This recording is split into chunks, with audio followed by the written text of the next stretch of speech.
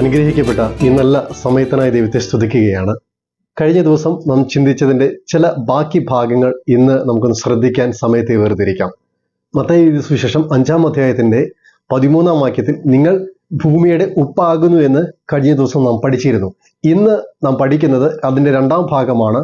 നിങ്ങൾ ലോകത്തിൻ്റെ വെളിച്ചമാകുന്നു. മത്തായി സുവിശേഷം 5-ാം അധ്യായത്തിന്റെ 14-ാം വാക്യത്തിൽ ഇപ്രകാരമാണ് വായിക്കുന്നത്: നിങ്ങൾ ലോകത്തിന്റെ വെളിച്ചമാകുന്നു, മലമേൽ ഇരിക്കുന്ന പട്ടണം മറഞ്ഞിരിക്കുവാൻ പാടുള്ളതല്ല. കഴിഞ്ഞ ദിവസം ഞാൻ പറഞ്ഞതുപോലെ ഈ രണ്ട് കാര്യങ്ങളും സംയോജിപ്പിച്ച് പഠിച്ചെങ്കിൽ മാത്രമേ ഇതിന്റെ വ്യക്തത നമുക്ക് കിട്ടുകയുള്ളൂ. നിങ്ങൾ കഴിഞ്ഞ ദിവസം പഠിച്ചത് മറന്നില്ല എന്ന് ഞാൻ ചിന്തിക്കുന്നു. ആരെങ്കിലും കാണാൻ വിട്ടുപോയിട്ടുണ്ടെങ്കിൽ നിങ്ങൾ അതൊന്ന് കാണുവാൻ ഞാൻ ഓർമ്മിപ്പിക്കുകയാണ്. ഇവിടെ നാം ചിന്തിക്കുന്നത് നിങ്ങൾ ലോകത്തിന്റെ വെളിച്ചമാകുന്നു എന്നുള്ളതാണ്. ഞാൻ പറഞ്ഞിരുന്നു ഭൂമിയും ലോകവും തമ്മിലുള്ള വ്യത്യാസം. ഇവിടെ ലോകത്തിന്റെ വെളിച്ചമായി നാം പ്രകാശിക്കണമെന്ന് തിരുവചന സത്യങ്ങൾ നമ്മെ ഓർമ്മപ്പെടുത്തുമ്പോൾ നാം ജീവിക്കുന്നത് ലോകത്തിലല്ല, നാം ജീവിക്കുന്നത് ഭൂമിയിലാണ്. നമ്മുടെ വാസസ്ഥലം ഭൂമിയാണ്. ലോകം എന്ന് പറയുന്നത് ഒരു സിസ്റ്റമാണ് എന്ന് ഞാൻ പറഞ്ഞിരുന്നു. ആ സിസ്റ്റത്തിന്റെ കീഴിലാണ് നാം ജീവിക്കുന്നത് എന്നിരുന്നാൽ പോലും അതിന് അനുരൂപപ്പെട്ടു പോകാതെ നമുക്ക് മറ്റൊരു സിസ്റ്റം, മറ്റൊരു ലോകം മുൻപിലുണ്ട് എന്ന് ചിന്തിച്ച് അതുമായി ബന്ധപ്പെട്ട് വിശുദ്ധിയിലും വേർപാടിലും നിൽക്കുവാനും ഒരുങ്ങുവാനും നമുക്ക് നമ്മെ തന്നെ ഏൽപ്പിച്ചു കൊടുക്കാൻ കഴിയണം. നാം പ്രകാശിക്കേണ്ടത് ലോകത്തിന്റെ മുൻപിലാണ്. അടുത്ത ഭാഗം പറയുന്നത് മലമേലുള്ള പട്ടണം മറഞ്ഞിരിക്കാൻ പാടില്ല എന്നുള്ളതാണ്. ഈ മലമേലുള്ള പട്ടണം എന്ന് പറയുന്നത് യെരുശലേമിനെ കുറിച്ചാണ് എന്ന് നമുക്ക് പഠിക്കുമ്പോൾ മനസ്സിലാക്കാൻ കഴിയും. യെരുശലേം സ്ഥിതി ചെയ്യുന്നത് മലയിലാണ്. മലമേലുള്ള പട്ടണം മറഞ്ഞിരിക്കാൻ പാടില്ല എങ്കിൽ ആ പട്ടണം പ്രകാശപൂരിതമായി തീരണം. എന്നെ കൊണ്ട്, ഒരു വ്യക്തിയെ കൊണ്ട് ഒരു പട്ടണത്തെ കത്തിക്കാൻ പറ്റുമോ? ഒരു വ്യക്തിയെ കൊണ്ട് മറഞ്ഞിരിക്കുന്ന ഒരു പട്ടണത്തെ പുറത്ത് കൊണ്ടുവരാൻ കഴിയുമോ? അത് അസാധ്യമായൊരു പ്രവൃത്തിയാണ്. യേശു അടുത്ത ഭാഗങ്ങളിൽ നമ്മെ ഓർമ്മപ്പെടുത്തുന്നത് ഇങ്ങനെയാണ്. അതിന്റെ 15-ാം വാക്യം മുതൽ ഇങ്ങനെ കാണാൻ കഴിയുന്നുണ്ട്: വിളക്ക് കത്തിച്ച് പറയിൻ കീഴിലല്ല തണ്ടിന്മേലത്ര വെക്കേണ്ടത്, അപ്പോൾ അത് വീട്ടിലുള്ള എല്ലാവർക്കും പ്രകാശിക്കുന്നു. നോക്കൂ, യേശു പഠിപ്പിക്കുന്ന ഒരു യാഥാർത്ഥ്യം എന്ന് പറയുന്നത് നിങ്ങൾക്കൊരു പട്ടണത്തെ കത്തിക്കാൻ കഴിയണമെന്ന് നിർബന്ധമില്ല. പക്ഷെ നിങ്ങളുടെ വീടിനെ പ്രകാശപൂരിതമാക്കാൻ നമുക്ക് കഴിയും. ഒരു പട്ടണത്തിൽ 100 വീടുകളുണ്ടെന്നിരിക്കട്ടെ. ഈ 100 വീടുകളുള്ള ഒരു പട്ടണത്തെ കത്തിക്കാൻ എനിക്ക് കഴിയില്ല. പക്ഷെ എൻ്റെ വീടിനെ പ്രകാശപൂരിതമാക്കാൻ എനിക്ക് കഴിയുമെങ്കിൽ ഈ 100 വീട്ടിലും അതേ അനുഭവങ്ങൾ പുറത്തു കൊണ്ടുവരാൻ കഴിയുമെങ്കിൽ ആ പട്ടണം പ്രകാശിക്കത്തില്ലേ? യേശു എപ്പോഴും പഠിപ്പിക്കുന്നത് അസാധ്യമായ സാധ്യതകളെ പുറത്തു കൊണ്ടുവരുന്നത് നമ്മുടെ ലൈഫിൽ നിന്നും പുറത്തെടുക്കുന്ന ചെറിയ ചില അനുഭവങ്ങളിൽ കൂടെയാണ്. ഒരു പട്ടണത്തെ കത്തിക്കാനല്ല യേശു നിങ്ങളോട് പറയുന്നത്. നിങ്ങൾക്ക് കഴിയുന്ന ഒരു കാര്യമുണ്ട്. നിങ്ങളുടെ ഭവനങ്ങളിൽ നിങ്ങൾ പ്രകാശമായിരിക്കുക. തണ്ടിന്മേൽ വെക്കുന്ന ഒരു വിളക്ക് പോലെ നിങ്ങളുടെ ഭവനത്തിൽ മറ്റുള്ളവർക്ക് നിങ്ങൾ പ്രകാശമായി മാറാൻ തീരുമാനമെടുക്കുമെങ്കിൽ നിങ്ങളുടെ ഭവനം പ്രകാശപൂരിതമായി മാറുകയും അത് പട്ടണത്തെ കത്തിക്കുന്നവരുടെ കൂട്ടത്തിൽ അകപ്പെടുകയും ചെയ്യുന്നത് കാണാൻ കഴിയും. വീട് പ്രകാശിച്ചാൽ പട്ടണം അതിൻ്റെ കൂടെ തെളിയപ്പെടും.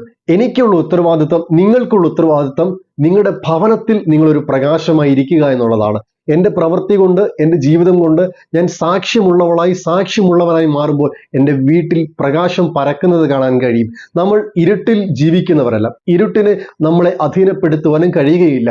നമ്മുടെ ഉള്ളിൽ ജീവിക്കുന്ന ആ ക്രിസ്തുവിൻ്റെ വെളിച്ചം മറ്റുള്ളവരിലേക്ക് പകരപ്പെടാൻ നമുക്ക് ഏൽപ്പിച്ചു കൊടുക്കാൻ കഴിയുമെങ്കിൽ എത്രയോ സന്തോഷകരമായ, ഭാഗ്യകരമായ അനുഭവങ്ങളാണ് നമ്മുടെ ഭവനത്തിന്റെ അന്തരീക്ഷത്തിൽ വെളിപ്പെട്ടു വരുന്നത്. ഉപ്പിനെ കുറിച്ച് പഠിച്ചപ്പോൾ ഞാൻ പറഞ്ഞു, ഉപ്പിനുള്ള പ്രത്യേകത, ഉപ്പിൽ നിന്നും പുറത്തു വരുന്ന കാരത്തിനാണ്, രസത്തിനാണ് പ്രത്യേകത. എന്താണ് രസമെന്ന് കഴിഞ്ഞ ദിവസം നാം പഠിക്കുവാനിടയായി തീർന്നു. അത് നമ്മുടെ സ്വഭാവമാണ്. ഇന്ന് നാം പഠിക്കുന്നത് നാം ഒരു വിളക്കായി മാറാനല്ല, നാം ഒരു പ്രകാശമായി മാറാനാണ്. നമ്മൾ ലാമ്പായി തീരാൻ പലപ്പോഴും ആഗ്രഹിക്കുന്നവരാണ്, നമ്മൾ ആയിരിക്കുന്നവരാണ്. എന്നാൽ ദൈവവചനം നമ്മെ പഠിപ്പിക്കുന്നത് നിങ്ങൾ ഒരു വിളക്കായി മാറുക എന്നുള്ളതല്ല, വിളക്കിൽ നിന്നും പുറത്തു വരുന്ന പ്രകാശമായി നിങ്ങൾ മാറുക എന്നുള്ളതാണ്. ഒരു ലൈറ്റായി മാറാൻ എനിക്ക് എങ്ങനെ കഴിയും? അതിനെക്കുറിച്ച് യോഹന്നാൻ 8-ാം അധ്യായത്തിന്റെ 12-ാം വാക്യം ഇങ്ങനെയാണ് പറയുന്നത്: യേശു പിന്നെയും അവരോട് സംസാരിച്ചു, ഞാൻ ലോകത്തിന്റെ വെളിച്ചമാകുന്നു. എന്നെ അനുഗമിക്കുന്നവൻ ഇരുളിൽ നടക്കാതെ ജീവന്റെ വെളിച്ചമുള്ളവർ ആകും. ഇത് സംസാരിക്കുന്ന യേശു തന്നെ പറയുകയാണ്, ഞാൻ ലോകത്തിന്റെ വെളിച്ചമാകുന്നു എന്ന്. ആ വെളിച്ചമാകുന്ന ക്രിസ്തുവാണ് എന്നോടും നിങ്ങളോടും പറയുന്നത് നിങ്ങളും ലോകത്തിന്റെ വെളിച്ചമായി മാറണമെന്നുള്ളത്. വെളിച്ചമാകാൻ വേണ്ടി ക്രിസ്തു പഠിപ്പിക്കുന്ന പ്രധാനപ്പെട്ട ഒരു കാര്യം എന്ന് പറയുന്നത്, എന്നെ അനുഗമിച്ചാൽ നിങ്ങൾ ജ്യോതിസുകളെ പോലെ പ്രകാശിക്കും എന്നുള്ളതാണ്. വെളിച്ചമാകുന്നവനെ അനുഗമിച്ചാൽ ഞാനും വെളിച്ചമായി മാറും. ചന്ദ്രന് സ്വതവേ പ്രകാശിക്കാൻ കഴിയാത്തതുപോലെ, സൂര്യനിൽ നിന്ന് പ്രകാശം തട്ടി പ്രകാശപൂരിതമായി ചന്ദ്രൻ മാറുന്നത് പോലെ, യേശുവിനെ അനുഗമിക്കുന്ന ഒരു വ്യക്തിയുടെ ജീവിതത്തിൽ അവനും വെളിച്ചമായി മാറുകയാണ്. ഇനി രണ്ടാമത് എനിക്ക് എങ്ങനെ പ്രകാശിക്കാൻ കഴിയുമെന്ന് ഫിലിപ്പിയ ലേഖനം അതിന്റെ 2-ാം അധ്യായത്തിന്റെ 15-ാം വാക്യം ഇങ്ങനെ കാണുന്നു: അവരുടെ ഇടയിൽ നിങ്ങൾ ജീവന്റെ വചനം പ്രമാണിച്ചുകൊണ്ട് ലോകത്തിൽ ജ്യോതിസുകളെ പോലെ പ്രകാശിക്കുന്നു. അപ്പോൾ ഈ ലോകത്തിൽ എനിക്ക് പ്രകാശിക്കാൻ കഴിയുന്ന രണ്ടാമത്തെ സാധ്യതയെക്കുറിച്ച് തിരുവചനം പഠിപ്പിക്കുന്നത് ഞാൻ വചനം പ്രമാണിക്കുക എന്നുള്ളതാണ്. ഒന്ന്, ഞാൻ വെളിച്ചമാകുന്ന യേശുവിനെ അനുഗമിക്കുക എന്നുള്ളത്. 2, വെളിച്ചമാകുന്നവൻ എൻ്റെ കരങ്ങളിൽ തന്നിരിക്കുന്ന ആ വചനത്തെ ഞാൻ പ്രമാണിക്കുക എന്നുള്ളത്. ഇത് രണ്ടും നമ്മുടെ ജീവിതത്തിൽ യാഥാർത്ഥ്യമാക്കാൻ കഴിഞ്ഞാൽ നമ്മൾ പ്രകാശിക്കും ജ്യോതിസുകളെ പോലെ. എവിടെ? പട്ടണത്തിലല്ല, നമ്മുടെ ഭവനത്തിന്റെ അകത്ത് നമുക്കും പ്രകാശിക്കാം. ഇരുളുകളിൽ പടരപ്പെടുന്ന പ്രകാശപൂരിതമായ അനുഭവത്തിലേക്ക് മാറാൻ നമ്മുടെ ജീവിതത്തെ സമർപ്പിച്ചു കൊടുക്കാൻ നമുക്ക് കഴിയട്ടെ. പ്രകാശത്തിന്റെ പ്രത്യേകതകളിൽ ഏറ്റവും പ്രധാനപ്പെട്ട 2 പ്രത്യേകതകൾ, അത് ഒന്ന് മറഞ്ഞിരിക്കുന്നതിനെ പുറത്തു കൊണ്ടുവരുന്നു എന്നുള്ളതാണ്. 2, വഴികളെ തെളിയിക്കുന്നു എന്നുള്ളതാണ്. നമ്മുടെ ജീവിതത്തിൽ നാം പ്രകാശമായി മാറുമ്പോൾ മറ്റുള്ളവർക്ക് വഴികാട്ടികളായി മാറുവാനും മറഞ്ഞിരിക്കുന്ന പല അനുഭവങ്ങളെയും പുറത്തു കാണിക്കുന്നതിനും കാരണമായി തീരുന്നത് പോലെ ഇന്ന് നമുക്ക് കഴിയട്ടെ നല്ല പ്രകാശമായി പടർന്ന് പന്തലിക്കാൻ. ഉപ്പിനെ കുറിച്ച് പഠിച്ചപ്പോൾ നാം പറഞ്ഞു, ഉപ്പിനല്ല പ്രത്യേകത, അതിൻ്റെ കാരത്തിനാണ്, അതിൻ്റെ രസത്തിനാണ് പ്രത്യേകത. എന്താണ് ഉപ്പിന്റെ രസമെന്ന് പറയുന്നത്? അത് നമ്മുടെ ക്യാരക്ടറാണ് എന്ന് നമുക്ക് പഠിക്കുവാനിടയായി തീർന്നു. ഇവിടെയും ഒരു വിളക്കിനല്ല പ്രത്യേകത, ഒരു ലാമ്പിനല്ല, ആ ലാമ്പ് പുറത്തു കൊണ്ടുവരുന്ന ലൈറ്റിനാണ് പ്രത്യേകത, ആ പ്രകാശത്തിനാണ് പ്രത്യേകത. നമ്മൾ വിളക്കായിരിക്കാനല്ല ദൈവം നമ്മെക്കുറിച്ച് ആഗ്രഹിക്കുന്നത്, ആ വിളക്ക് പരത്തുന്ന പ്രകാശമായി മാറാനാണ് നമ്മെക്കുറിച്ച് ദൈവം ആഗ്രഹിക്കുന്നത്.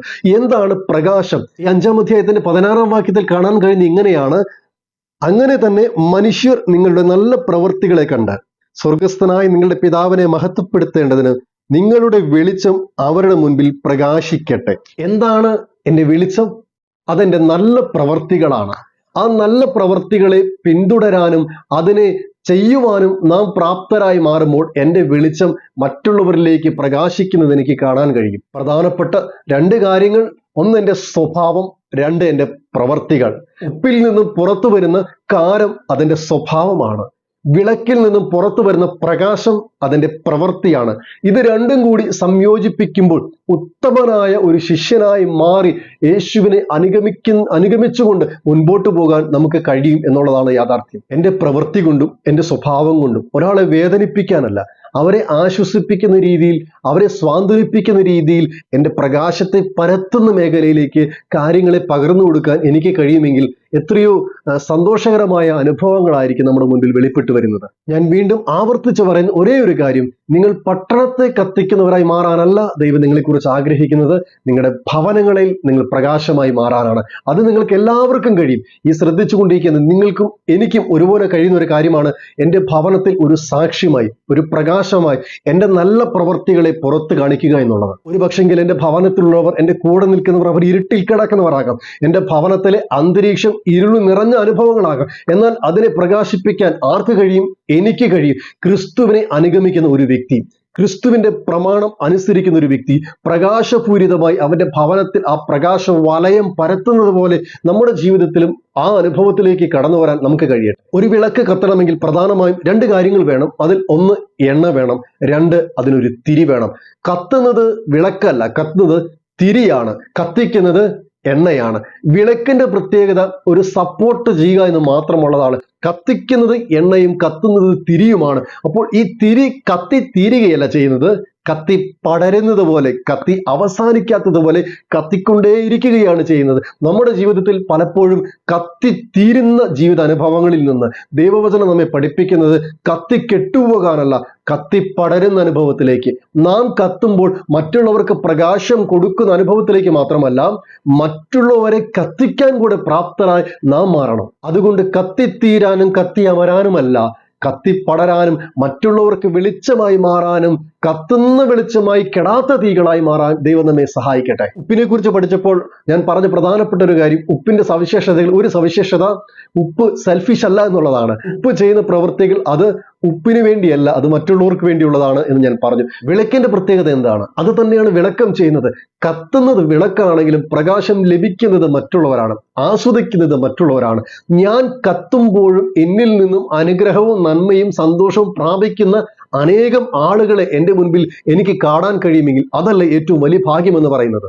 നമുക്ക് പറയാൻ പറ്റണം, ഞാൻ കത്താൻ തയ്യാറാണ്, എൻ്റെ തിരിയെ ഞാൻ ഒരുക്കിയിട്ട് എന്നിൽ എണ്ണ നിറച്ചിട്ട് ഞാൻ കത്താൻ തയ്യാറാകുമ്പോൾ എന്നിൽ നിന്നും പ്രകാശം ലഭിക്കുന്ന അനേകം ആയിരങ്ങളെ എൻ്റെ മുൻപിൽ കാണാൻ കഴിയുമെന്നുള്ള യാഥാർത്ഥ്യം തിരിച്ചറിഞ്ഞുകൊണ്ട് കത്തി അമരാനല്ല, കത്തി പടരാൻ നിങ്ങൾ തീരുമാനമെടുക്കുക. ഈ എണ്ണ എന്തിനെ കാണിക്കുന്നു? പരിശുദ്ധാത്മാവിനെ കാണിക്കുന്നു. പരിശുദ്ധാത്മാവിന്റെ നിറവ് നമ്മുടെ ജീവിതത്തിൽ വരുമ്പോഴാണ് ഈ കത്തലുകൾ ആളിക്കത്തുന്ന അനുഭവത്തിലേക്ക് മാറുന്നത് നമുക്ക് കാണാൻ കഴിയുന്നത്. പലപ്പോഴും കത്തിക്കുന്നുണ്ടെങ്കിലും ആ കത്തലുകൾ കെട്ടുപോകുന്ന അനുഭവം എന്തുകൊണ്ടെന്ന് ചോദിച്ചു കഴിഞ്ഞാൽ, കരിന്തിരി പോലെ നമ്മുടെ വിളക്കുകൾ പലപ്പോഴും മാറുന്നത് എന്തുകൊണ്ടെന്ന് ചോദിച്ചു കഴിഞ്ഞാൽ അകത്ത് എണ്ണയില്ലാത്തത് കൊണ്ടാണ്. പരിശുദ്ധാത്മാവിന്റെ നിറവാണ്, പരിശുദ്ധാത്മാവിന്റെ അനുഭവമാണ് ഞാനെന്ന തിരിയെ കത്തിക്കുന്നതെങ്കിൽ ഇന്ന് എന്നെ ശ്രദ്ധിച്ചു കൊണ്ടിരിക്കുമ്പോൾ ആത്മനിറവുള്ളവരായി പരിശുദ്ധാത്മ നിയോഗത്തിൽ ജീവിതത്തെ മുൻപോട്ട് കൊണ്ടുപോകാൻ നമുക്ക് കഴിയുമെങ്കിൽ നമ്മൾ കെടുന്ന വിളക്കുകളല്ല, നാം മറ്റുള്ളവരെ കൂടെ കത്തിക്കുന്ന വിളക്കുകളായി മാറുമെന്ന് ഞാൻ നിങ്ങളെ ഓർമ്മിപ്പിക്കട്ടെ. എന്താണ് പ്രകാശം? അത് എൻ്റെ നല്ല പ്രവൃത്തികളാണെന്ന് തിരുവചനം പഠിപ്പിക്കുമ്പോൾ. എന്താണ് ഉപ്പിന്റെ കാരം? അതിൻ്റെ സ്വഭാവമാണെന്ന് തിരുവചനം പഠിപ്പിക്കുമ്പോൾ എൻ്റെ സ്വഭാവത്തിലൂടെ, എൻ്റെ പ്രവൃത്തികളിലൂടെ മറ്റുള്ളവർ ആസ്വദിക്കട്ടെ. ഞാൻ ഒരല്പം വേദനിച്ചാലും, ഞാൻ ഒന്ന് കത്തിയാലും, എൻ്റെ ഉപ്പുരസം മറ്റുള്ളവർക്ക് പകർന്നു കൊടുക്കേണ്ടി വന്നാലും അതിൽ നിന്നും മറ്റുള്ളവർ ആസ്വദിക്കത്തക്ക രീതിയിൽ, മറ്റുള്ളവർ പ്രകാശം അനുഭവിക്കത്തക്ക രീതിയിൽ ദൈവം കാര്യങ്ങളെ തിരിക്കട്ടെ എന്ന് നമുക്ക് ഒരുമിച്ച് പ്രാർത്ഥിക്കാനും ആഗ്രഹിക്കാനും കഴിയുമോ? ഒരു ബൾബ് കത്തുന്നത് എങ്ങനെയാണ്? ആ ബൾബ് കത്തണമെങ്കിൽ അതിനൊരു എനർജി സോഴ്സ് വേണം. ആ എനർജി എന്ന് പറയുന്നത് ഇലക്ട്രിസിറ്റിയാണ്, കറണ്ടാണ്. ആ കറണ്ട് പാസ് ചെയ്യണമെങ്കിൽ ഒരു ചാനൽ വേണം. ആ ചാനല് വയറാണ്. അപ്പോൾ ആ കറണ്ടിനെ വയറിലൂടെ ആ ബൾബിലേക്ക് എത്തിക്കുമ്പോഴാണ് ബൾബ് പ്രകാശപൂരിതമായി മാറുന്നത്. ഇതുപോലെ തന്നെയാണ് വിളക്കിന്റെ അനുഭവം നാം ചിന്തിച്ചത്. വിളക്കിന് പ്രധാനപ്പെട്ട രണ്ട് കാര്യങ്ങൾ വേണം. ഒന്ന്, ഈ എണ്ണ വേണം, അതാണ് അതിന്റെ സോഴ്സ് എന്ന് പറയുന്നത്. രണ്ട്, അതിന് ചാനൽ എന്ന രീതിയിൽ കത്തിക്കുന്ന ഒരു തിരി വേണം. ഇതുപോലെ നമ്മുടെ ജീവിതത്തിൽ നമ്മളെ പ്രകാശപൂരിതമാക്കുന്ന പ്രധാനപ്പെട്ട സോഴ്സ് എന്ന് പറയുന്നത് എണ്ണയാണ്, അല്ലെങ്കിൽ ഇലക്ട്രിസിറ്റിയാണ്. അത് പരിശുദ്ധാത്മാവാണ്. പരിശുദ്ധാത്മാവിന്റെ ശക്തിയാണ് നമ്മെ കത്തിക്കുന്നത്. തിരുവചനം എന്ന ചാനലിൽ കൂടെ പരിശുദ്ധാത്മാവ് നമ്മളിലേക്ക് പകരപ്പെടുമ്പോൾ, പടർന്നു കയറുമ്പോൾ നമ്മൾ കത്തി പ്രകാശിക്കുന്ന അനുഭവത്തിലേക്ക് മാറുന്നത് പോലെ നമ്മെ ഇന്ന് ഏൽപ്പിച്ചു കൊടുക്കാം. ഈ പരിശുദ്ധാത്മാവിന്റെ ശക്തി തിരുവചനം എന്ന ചാനലിൽ കൂടെ എൻ്റെ അകത്തേക്ക് കടക്കുമ്പോൾ, കയറുമ്പോൾ ഞാൻ പ്രകാശിക്കുന്നത് പോലെയുള്ള അനുഭവത്തിലേക്ക് ഞാൻ മാറാൻ ഇന്ന് എന്നെ സമർപ്പിക്കുന്നുവെന്ന് നമുക്ക് പറയാൻ കഴിയുമോ? അതുകൊണ്ട് നിങ്ങൾ പ്രകാശിക്കുന്നത് നിങ്ങൾക്ക് വേണ്ടിയല്ല, നിങ്ങളെ കാത്തിരിക്കുന്ന അനേകം ആയിരങ്ങൾ പുറത്തുണ്ടെന്ന തിരിച്ചറിവോടുകൂടെ ഒരു ലൈറ്റ് പ്രകാശിക്കുമ്പോൾ അതിലേക്ക് പാഞ്ഞെടുക്കുന്ന പ്രാണികളെ പോലെ, ജീവികളെ പോലെ നിങ്ങൾ കത്തുമ്പോൾ നിങ്ങളിലേക്ക് അനേകായിരങ്ങൾ ആകർഷിക്കപ്പെടട്ടെ. നിങ്ങളുടെ നല്ല പ്രവൃത്തി കൊണ്ട് നിങ്ങളിലേക്ക് ആയിരങ്ങൾ ഒഴുകിയെത്തട്ടെ. നിങ്ങളെ കാണുന്നവർ ഇനി നിങ്ങളെക്കുറിച്ച് പറയേണ്ടത് നിങ്ങൾ നല്ലൊരു ഉപ്പാണെന്നാണ്. നിങ്ങളെ കാണുന്നവർ ഇനി നിങ്ങളെക്കുറിച്ച് പറയേണ്ടത് നിങ്ങൾ നല്ലൊരു വെളിച്ചമാണെന്നാണ്. അതിന് നിങ്ങളെ തന്നെ ഒരുക്കുവാനും ജീവിതത്തെ ക്രമപ്പെടുത്തുവാനും ദൈവം നിങ്ങളെ സഹായിക്കട്ടെ. എത്ര പ്രശ്ന കലുഷിതമായ ഭവനത്തിന്റെ അന്തരീക്ഷമാണെങ്കിലും നിങ്ങൾ ഒരു കെടാവിളക്കായി മാറാൻ തീരുമാനമെടുക്കുമെങ്കിൽ നിങ്ങളുടെ ഭവനം ഒരു പ്രകാശപൂരിതമായ അനുഭവത്തിലേക്ക് മാറും. ഇങ്ങനെയുള്ള നൂറുകണക്കിന് ഭവനങ്ങൾ ഒരുപോലെ പ്രകാശിക്കുമ്പോൾ ആ പട്ടണം പ്രകാശപൂരിതമായി മാറുന്നത് പോലെ നിങ്ങൾ ഒറ്റ തീരുമാനമെടുക്കുക. വലിയ വലിയ കാര്യങ്ങളൊന്നും എന്നെ കൊണ്ട് ചെയ്യാൻ കഴിയുകയില്ല, പക്ഷെ എൻ്റെ വീടിനകത്തൊരു വിളക്കായി മാറാൻ എനിക്ക് പറ്റും. എൻ്റെ വീടിൻ്റെ അകത്ത് മറ്റുള്ളവർക്ക് പ്രകാശം കൊടുക്കാൻ എനിക്ക് പറ്റും. അതിനെന്നെ സഹായിക്കണമെന്ന് നിങ്ങൾക്ക് പ്രാർത്ഥിക്കാൻ കഴിയുമോ? നിങ്ങളുടെ ഉപ്പിന്റെ രസം പോലെയുള്ള സ്വഭാവം കൊണ്ട്, നിങ്ങളുടെ വിളക്കിൽ നിന്ന് പുറത്തു വരുന്ന പ്രകാശം പോലെയുള്ള നല്ല പ്രവൃത്തി കൊണ്ട് ആയിരങ്ങൾ അനുഗ്രഹിക്കപ്പെടുന്നതിന് മുൻപേ നിങ്ങളുടെ ഭവനത്തിലുള്ളവർക്ക് നിങ്ങൾ ഒരു അനുഗ്രഹമായി മാറട്ടെ.